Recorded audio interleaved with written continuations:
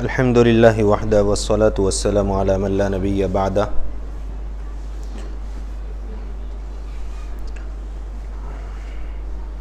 حدثنا ابو موسى محمد بن المثنى حدثنا محمد بن جعفر حدثنا شعبة عن سماك ابن حرب قال سمعت جابر بن سمرة يقول كان رسول الله صلى الله عليه وسلم ضليع الفم أشكل العين منهوس العقب.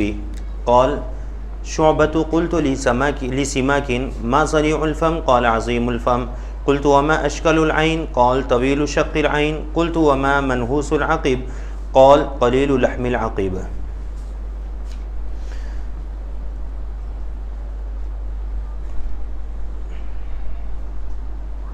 سب سے پہلے تو یہاں پر یہ بات سمجھیں کہ حدثنا کے الفاظ بار بار آتے ہیں. یہ حدثنا کیا چیز ہے؟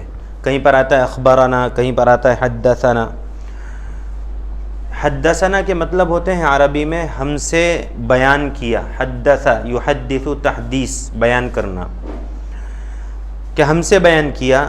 تو یہ راوی اپنے سے پہلے روایت کرنے والے کو بیان کرتے ہیں کہ ہم نے کس سے سنا، ہم نے فلاں سے سنا، اور انہوں نے کس سے سنا، انہوں نے ان سے سنا، انہوں نے کس سے سنا تو کہ انہوں نے فلاں سے سنا. اس طرح یہ سند ہوتی، سند. اور سند جو ہوتی ہے یہ بہت زیادہ معتمد ہوتی ہے. اس سے روایت کا اعتماد بڑھ جاتا ہے. جتنی کم اسناد ہوتی ہیں، جتنے کم اشخاص ہوتے ہیں درمیان میں، اتنی روایت کو زیادہ معتبر مانا جاتا ہے. بہت سارے افراد چھٹ گئے، جماعت میں چلے گئے. اچھا، اصل میں ایک دن تو میں گیا تھا دعا میں، دوسرے 2 دن جو گیپ تھا تو کچھ بندے جو تراویح پڑھا رہے تھے، نئے بچے ہیں، وہ آخر پڑھے کا ان کا دور نہیں ہوا لاک ڈاؤن کی وجہ سے، تو وہ کچے پڑھ رہے تھے، تو وہاں جانا پڑا تاکہ لوگوں کا قرآن پورا ہو جائے، اس لیے میں گیا تھا. ویسے گیپ پڑھنا بھی اچھا ہے. اہل عرب کہتے ہیں زر غبن تزدد حبن، کہ گیپ سے ملاقات کیا کرو، محبت بڑھتی ہے. روزانہ ملاقات ہوگی تو قدردانی گھٹ جاتی ہے. روز دسترخوان پر کھچڑا آوے، حلیم آوے تو اس کی ویلیو گھٹ جاتی ہے. 1-2 دن گیپ ہو جاوے تو تیسرے دن پوچھ لیتے کیا ہوا، حلیم دکھتا نہیں ہے دسترخوان پر، ہے نا. تو یہ گیپ پڑھنا چاہیے، اچھی چیز ہے. بہرحال اب انشاءاللہ ایک گیپ اور پڑے گا سوموار کا، پھر اس کے بعد انشاءاللہ ریگولر رہیں گے. دعا ہے وہاں پر جہاں میں گیا تھا، وہیں پر دعا ہے انشاءاللہ. اس کے بعد پھر ریگولر رہیں گے رمضان کے 10 دن. تو یہ حدثنا موسیٰ، ابو موسیٰ محمد بن المثنى، یہ کہتے ہیں ابو موسیٰ محمد بن مثنى ہم سے بیان کیا. حدثنا محمد بن جعفر، یہ کہتے ہیں کہ ہم سے بیان کیا محمد ابن جعفر نے. اور وہ محمد ابن جعفر سے کس نے بیان کیا؟ شعبہ ابن سماک نے. اور کہتے ہیں کہ میں نے یہ سنا جابر ابن سمرہ سے، یہ صحابی ہیں. سمعت جابر ابن سمرہ یقول کان رسول اللہ صلی اللہ علیہ وسلم، کہ رسول اللہ صلی اللہ علیہ وسلم کشادہ دہن تھے، یعنی اعتدال کے ساتھ آپ کا جو دہن مبارک تھا، آپ کا جو منہ مبارک تھا، یہ اعتدال کے ساتھ بڑا تھا.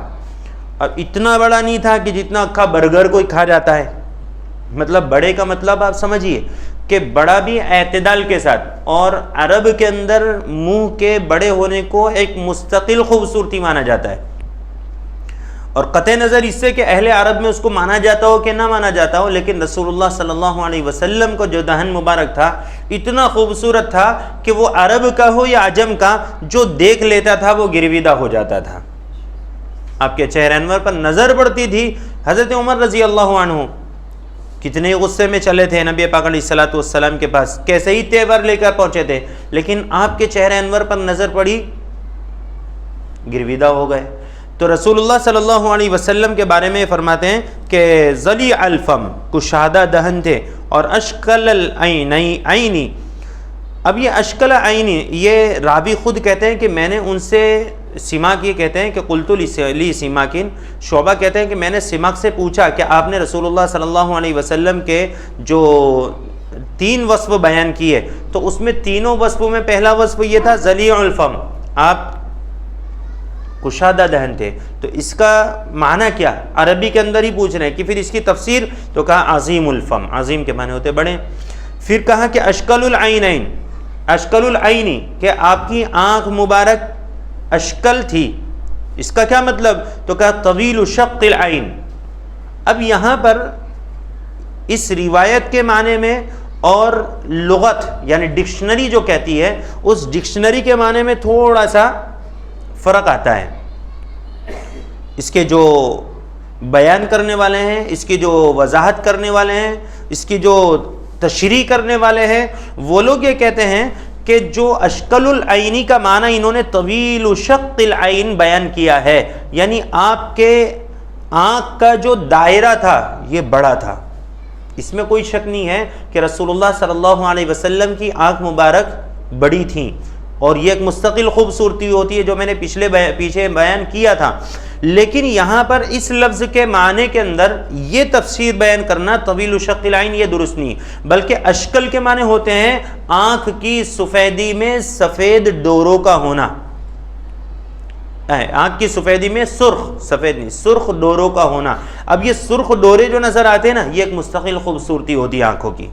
تو یہ ہے اصل. فرماتے ہیں پھر کہتے ہیں کہ منحوس العقیبی، منحوس ایک تو اردو کے اندر ہم کہتے ہیں منحوس انسان ہے، جس کو عام زبان میں اگر میں منحوس کا ترجمہ کروں تو پنوتی، کہ یہ بہت پنوتی ہے، یہ آتا ہے نا کچھ عمدہ ہی ہوتا ہے. یہ وہ لفظ نہیں ہے، اور حالانکہ وہ منحوس بھی عربی سے ہی لیا گیا ہے، وہ ہا سے، بڑی ہا، منحوس نحاسا سے، اس کے معنی الگ ہوتے. اور یہاں پر نحاسا، نحاسا سے منحوس، چھوٹی ہا. تو منحوس کا کیا ترجمہ؟ منحوس کا ترجمہ کیا ہے؟ منحوس العقیبی. عقیب کا معنی ہوتا ہے ایڑی، کہ رسول اللہ صلی اللہ علیہ وسلم منحوس العقیب تھے. تو اس کا ترجمہ کیا کریں گے؟ تو کہتے ہیں قلیل لحم العقیبی، آپ کی ایڑیوں میں گوشت ہلکا تھا. اس سے پتہ یہ چلتا ہے کہ آپ کے جو قدم مبارک تھے، قدم مبارک پتلے تھے، جو ایک مستقل خوبصورتی ہوتی ہے. کسی کو بڑی چپل لگتی ہے تو کہ پھاپڑے جیسے پیر ہے اس کے، تو کوئی چپل کا سائز ہی نہیں ملتا ہے. اتنے بڑے بڑے جوتے اس کو لگتے ہیں، ڈھونڈتے ڈھونڈتے تھک جاتے ہیں، کہتے ہیں کہ نہیں. اور کسی کا پیر اگر چھوٹی سائز کا ہو تو کہیں اسٹینڈرڈ سائز ہے، کہیں بھی کوئی بھی دکان میں چلے جاؤ اس کے سائز میں جوتے مل ہی جاتے، چپل ایک سے ایک ملتی ہے. لیکن بڑے پیر ہوتے ہو 10 نمبر 11 نمبر 12 نمبر، دکان والے وہ نمبر رکھتے کنٹالتے ہیں کہ بہت گھوم پھر کے کوئی ایک آدھ گراہک آتا ہے، اور جب تک وہ آتا ہے تو وہ چپل پرانی ہو چکی ہوتی ہے. تو یہ رسول اللہ صلی اللہ علیہ وسلم کی ایڑی مبارک کا ذکر ہے. آگے فرماتے حدثنا حناد بن سری حدثنا ابثر بن القاسم عن اشعث يعني ابن سوار عن ابي اسحاق عن جابر بن سمرة قال رأيت رسول الله صلى الله عليه وسلم في ليلة إذ حيان وعليه حلة حمراء فجعلت انظر اليه والى القمر فله عندي احسن من القمر. یہ بھی حضرت جابر بن سمرہ ہی کی روایت ہے. فرماتے ہیں کہ ایک مرتبہ ایسی رات میں جو چاندنی رات تھی اور ایک دم کھلا ہوا موسم تھا، اور اس کھلے ہوئے موسم میں نے رسول اللہ صلی اللہ علیہ وسلم کو اس حالت میں دیکھا کہ آپ کے اوپر سرخ چادر تھی. یہ دونوں باتیں ہو سکتی ہے، واقعی سرخ چادر اوڑھی ہو، یا پھر جیسے پیچھے بیان کیا تھا کہ وہ سفید چادر میں لال ڈوریاں تھیں. تو دونوں باتیں ہو سکتی ہیں، کوئی بعد نہیں ہے. فرماتے ہیں کہ میں بہت حیران ہو گیا. میں کبھی چاند کو دیکھتا، کبھی رسول اللہ صلی اللہ علیہ وسلم کے چہرے انور کو دیکھتا، کبھی چاند کو دیکھتا، کبھی چہرے انور کو دیکھتا. دیکھتا رہا. مجھے پریشان ہو جانے کے بعد یہ فیصلہ کرنا بہت ضروری ہو گیا کہ رسول اللہ صلی اللہ علیہ وسلم کے چہرے انور میں زیادہ جاذبیت ہے اور زیادہ ملاحت ہے، زیادہ چمک ہے بنسبت 14ویں کے رات کے چاند کے. یہ رسول اللہ صلی اللہ علیہ وسلم کا چہرہ انور تھا. فرماتے ہیں حدثنا سفیان بن وقیع حدثنا حمید بن عبد الرحمن الرؤاسي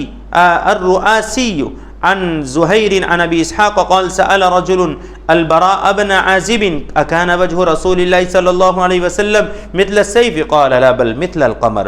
حضرت براء بن عازب رضی اللہ عنہ کی روایت ہے، ان سے ایک شخص نے یہ سوال کیا کہ رسول اللہ صلی اللہ علیہ وسلم کا چہرہ انور چمکتا تھا تو کیا تلوار کی طرح چمکتا تھا؟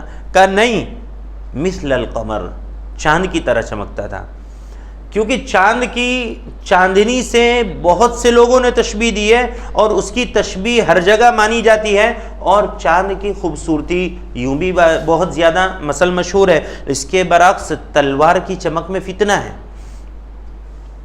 تو رسول اللہ صلی اللہ علیہ وسلم کے چہرے انور کو ایسی چیز سے تشبیہ نہیں دی جا سکتی، اس لیے انہوں نے کہا نہیں، تلوار جیسے نہیں چمکتے تھے رسول اللہ صلی اللہ علیہ وسلم کے چہرے انور میں جو چمک تھی وہ تلوار جیسی نہیں تھی بلکہ کیسی تھی؟ چاند کی طرح چمکتی. حدثنا ابو داود المصاحفی سلیمان بن سلم حدثنا النضر ابن شمیل عن صالح ابن ابی الاخضر عن ابن شهاب عن ابی سلمة عن ابی هریرة قال كان رسول الله صلی اللہ علیہ وسلم ابیض كأنما سیغ من فضة رجل الشعر. یہاں پر حضرت ابو ہریرہ رضی اللہ عنہ نے رسول اللہ صلی اللہ علیہ وسلم کے صرف دو وصف کو بیان کیا کہ کان رسول اللہ صلی اللہ علیہ وسلم ابیضا، کہ رسول اللہ صلی اللہ علیہ وسلم کا چہرہ انور بڑا چمکدار تھا، بڑا روشن تھا، آپ بڑے گورے چٹے تھے. کأنما سیغ من فضۃ، گویا کہ چاندی کا کلر ہو. چاندی رکھے رکھے کالی پڑتی ہے، لیکن چاندی جو بالکل نئی بن کر آئی ہو، اس کا آپ نے اگر کوئی زیور دیکھا ہو یا چاندی کے جو بسکٹ آتے وہ دیکھے ہوں تو آپ کو اندازہ ہو رہا ہوگا کہ چاندی کی شفافیت یہ بہت زیادہ عمدہ ہوتی ہے. اسی لیے جنت میں جو آبخورے دیے جائیں گے شراب پینے کے لیے، ان آبخوروں کا بھی جو وصف بیان کیا قرآن نے، قواریر من فضۃ قدروها تقدیرا، کہ وہ آبخورے، دیکھو جس چیز کی اصل میں جس کو چاہت ہوتی ہے نا اس کو بھر کر مانگتا ہے، وہ نیاز بٹتی ہے دیگ میں بانٹنا ہی ہے، لیکن جب تک اس کے دو کٹورے ایک میں نہیں انڈیل لے گا نا وہاں تک اس کو تسلی نہیں ہوگی. اس سے نیاز حلال ہے اس کا مسئلہ مت نکال لینا، میں صرف مثال دے کے سمجھا رہا ہوں کہ چاہت جس کی ہوتی ہے نا وہ انسان اس کو پیالہ بھر کے مانگتا ہے. اور دوسری بات، اگر آپ کو چائے کا نشہ ہے تو چائے کی نفاست ہوتی ہے. میرے استاد حضرت مولانا افتخار صاحب سمستی پوری دامت برکاتہم بہت نازک مزاج، اتنے نازک مزاج، ان کی میں چائے بنایا کرتا تھا طالب علمی کے زمانے میں. ہم کو جلالین پڑھاتے تھے تو دوپہر کا پہلا گھنٹہ ان کا، تو ظہر پڑھ کر میں ان کے روم میں جاتا تھا، ان کی چائے بناتا تھا. اب آپ چائے کا دیکھو، آپ کہیں گے کہ یہ بسم اللہ پھر کاہے کے لیے کھلی، آپ نے نہیں کھول لیا. چائے وہ چائے نہیں، چائے کا انداز دیکھو. پانی گرماؤ پہلے، اس کے بعد بہت مناسب شکر ڈال دو، اب اس کو واپس اوٹاؤ، ابال آنے دو. پھر اس کے بعد چائے پتی کا ایک مقدار تھی، اتنی مقدار ڈال کے گیس بند کر دو اور اس کے اوپر ڈھکن ڈال دو. اب اس کو 2 سے 3 منٹ رہنے دو، یہ بن گئی چائے. لیکن اب جو چائے کا پینے کا ان کا انداز ہے اور جو برتن کا انداز ہے وہ سمجھیے، برتن کو دھونے کے بعد گیلے برتن میں چائے بھر دی، وہ آپ کو 1 سیکنڈ میں کہہ دیں گے کہ چائے میں فرق آ گیا. یہ نازک مزاجی، بات سمجھ رہے ہیں؟ تو اب وہ برتن کو کیا کرنے کا، وہ گیس پہ پہلے برتن کے پانی کو سکھائیے، آپ پلیٹ بھی کپ بھی دونوں کو سکھائیے، اب اس میں چائے ڈالیے اور پیش کیجیے، اور پھر وہ پیتے تھے لبریز لبدوز لبسوز ہر روز. تو چائے کا ایک معیار ہوتا ہے، اور جو لوگ چائے کے عادی ہوتے ہیں تو اب یہ ہمارا جو معیار ہے نا، دیکھا نہیں اتنے ہاتھ ڈبا کے دھوتے ہیں برتن، کوئی نفاست نہیں ہے، غلاظت ہے وہاں پر چائے میں. سمجھیے بات کو، بات یہاں پر جو ہے نفاست کی ہے. تو چائے کا جو انداز ہوتا ہے، تو یہ بات کہاں سے ہماری نکل گئی؟ رسول اللہ صلی اللہ علیہ وسلم کے چہرے انور کو جو چاندی سے جو تشبیہ دی ہے، تو جنت میں جو آبخورے ملیں گے، اللہ تبارک و تعالیٰ فرماتے ہیں قواریر من فضۃ، کانچ کے پیالے ہوں گے، چاندی کے ڈھلے ہوئے ہوں گے. یعنی چاندی ہوگی ایسی جس میں آر پار دکھائی دے گا کانچ کی طرح. اور قدروها تقدیرا، اللہ تبارک و تعالیٰ فرماتے ہیں ایک اندازے کے مطابق ایک معیار پر ان پیالوں کو بنایا گیا ہوگا کہ جنتی جب وہ پیالہ شراب کا پی لے گا تو ایسا سیراب ہو جائے گا کہ پھر اس کو کوئی چیز کی خواہش نہیں ہوگی. پھر اس کا مطلب ہی نہیں کہ جنت میں نعمتیں کم ہیں، ہول سیل ہے، ہول سیل، کمی نہیں ہے جنت میں، انتہائی کوئی اس کی انتہائی نہیں ہے. اتنی نعمتیں ملیں گی آپ کو، اتنی شراب ملے گی. انہار من ماء غیر آسن وانہار من لبن لم يتغیر طعمه وانہار من خمر لذۃ للشاربین وانہار من عسل مصفى. پانی ایسا ہوگا جس میں کبھی بدبو نہیں آئے گی. ہماری ٹاکی میں اگر 1 مہینہ پانی رہ جائے، جماعت میں چلا گیا ہو بندہ، عورت کو ساورے چھوڑ دیا ہو، 40 دن ٹاکی میں پانی رہ گیا، آنے کے بعد دھلانا پڑے گا کاریگر لا کر، بدبو کر جاتا ہے پانی. یہ دنیا بھی پانی. جنت کا معیار اللہ تبارک و تعالیٰ فرماتے ہیں انہار من ماء غیر آسن، کبھی بدبو نہیں ہوگی. وانہار من لبن لم يتغیر طعمه، ہمارے یہاں دودھ کو رکھ دو، ذرا فریج میں رکھنے میں نہیں آئے، گرمی میں پھٹ جائے گا. وہاں پر کبھی تغیر نہیں ہوگا، دودھ کے اندر بہتی رہیں گی اس کی نہریں. وانہار من خمر لذۃ للشاربین، ایسے شراب ہوں گے، ایسی شراب کی نہریں ہوں گی لذۃ للشاربین، پینے والوں کے لیے لذت آور ہوگی. لذت آور، بیوڑا نہیں کرے گی، نشہ نہیں آئے گا اس کے اندر، لذت آئے گی. اور یہ لذت ایسی ہوگی کہ اس کو بیان نہیں کیا جا سکتا ہے. لذۃ للشاربین، پینے والا ہی جانے گا کہ کیا ٹیسٹ ہے. ایسے کوئی کہہ دے کہ کیسی لگی ذرا چکھ کے بتا تو پھر میں بھی ایک پیالہ پی لوں، نہیں، پی اور چکھ اور بتا کیسے لگی. میں کہہ ہی نہیں سکتا کیا ٹیسٹ تھا اس کا، تو ایسی بریانی بنائی لی کوئی دن میں نے کھائی نہیں. وانہار من عسل مصفى، اور شہد ہوگا صاف شفاف شہد، کانچ کی طرح بالکل، ایسے شہد کی نہریں بہ رہی ہوں گی. تو یہ جنت کا حال ہے. اور وہاں کے پیالوں کی تشبیہ بھی چاندی سے دی گئی ہے. رسول اللہ صلی اللہ علیہ وسلم کے کلر کو بھی اور رنگ کو بھی جو صحابہ نے بیان کیا تو اس کو بھی جو تشبیہ دی وہ کس سے دی؟ چاندی سے. اور فرمائے ورجل الشعری، اور رسول اللہ صلی اللہ علیہ وسلم کے بال مبارک تھوڑے ہلکے ہلکے گھنگری والی تھے، کرلی تھے. آگے فرماتے ہیں یہ، چلیے اب کل پڑھیں گے انشاءاللہ، بہت زیادہ وضاحت ہو جائے گی، زیادہ دیر ہوگی تو پھر اکتاہٹ کا سبب ہوگا. ویسے نبی پاک علیہ الصلوۃ والسلام کا ذکر ہے، اکتاہٹ کا تو سبب نہیں ہوگا، لیکن دن بھر کے تھکے ہوئے ہیں انشاءاللہ آئندہ کل. سبحان اللہ بحمدہ.